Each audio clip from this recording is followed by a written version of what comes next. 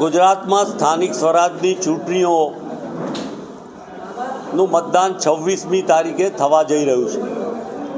સાથે સાથે આણંદ જિલ્લાની ઉમરેઠ વિધાનસભાની પેટા ચૂંટણીનું મતદાન 23મીએ જવા થઈ રહ્યું છે। જે પ્રકારે ભારતીય જનતા પાર્ટીનું શાસન દેશમાં છે, રાજ્યમાં છે, એની મહાનગરપાલિકાઓ, નગરપાલિકા અને આપણા આણંદ જિલ્લામાં નગરપાલિકા, જિલ્લા પંચાયતમાં એનો વહીવટ છે, ત્યારે આ નાગરિકને જે અધિકાર મળ્યા છે કે સ્થાનિક સ્વરાજમાં તેઓ પોતાને ગમતા પાર્ટી, વિચારો, ઉમેદવારોને જીતાડી અને એવો વહીવટ લાવે, ત્યારે સ્પષ્ટપણે લાગે છે કે ભારતીય જનતા પાર્ટીના વહીવટને કારણે પ્રજા ત્રાહિમામ પોકારી ગઈ છે, ભ્રષ્ટાચારે માજા મૂકી છે। જે પ્રકારનું વહીવટ પ્રજા અપેક્ષાઓ રાખી રહી હતી, પણ સત્તાના જોરે, કેન્દ્રની સત્તાની સાથે રાજ્યની સત્તાના દુરુપયોગ કરીને અધિકારીઓ દ્વારા અને બીજા બધા દ્વારા આ ચૂંટણી જીતવા માટે ભારતીય જનતા પાર્ટી પ્રયત્ન કરી રહી છે।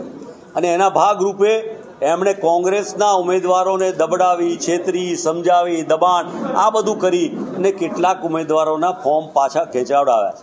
પણ પ્રજા જેને મતનો અધિકાર હતો, જે ઈચ્છતી હતી કે મારા મત પ્રમાણે મારો પ્રતિનિધિ, મારો વોર્ડનો એ કોર્પોરેટર ચૂંટાય, મારો તાલુકા પંચાયતનો સભ્ય ચૂંટાય, મારો જિલ્લા પંચાયતનો સભ્ય ચૂંટાય, એ અધિકારો નાગરિકના મતના ભારતીય જનતા પાર્ટીએ ઝૂંટવી લઈને બહુ મોટું પાપ લોકશાહીમાં કર્યું છે।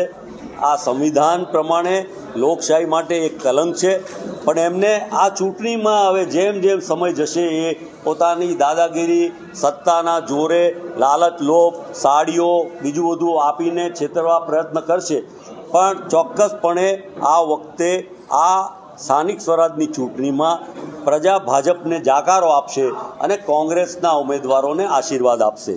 અને એના માટે આજે આપની વચ્ચે આપના માધ્યમ થકી અમે આ વાત કરી રહ્યા છીએ। અને સાથે સાથે ચૂંટણી પંચને પણ અમે ગઈકાલે મળી આવ્યા હતા અને અમારી રજૂઆત કરી હતી કે આ ફ્રી, ફેર અને જસ્ટ ચૂંટણી થાય એ માટેની સુવિધા વ્યવસ્થાની સાથે ચકાસણી કરવામાં આવે અને જોડે જોડે અમારા પ્રતિનિધિ જ્યાં પણ કોઈ મુશ્કેલી પડે ત્યારે એને એ કરે।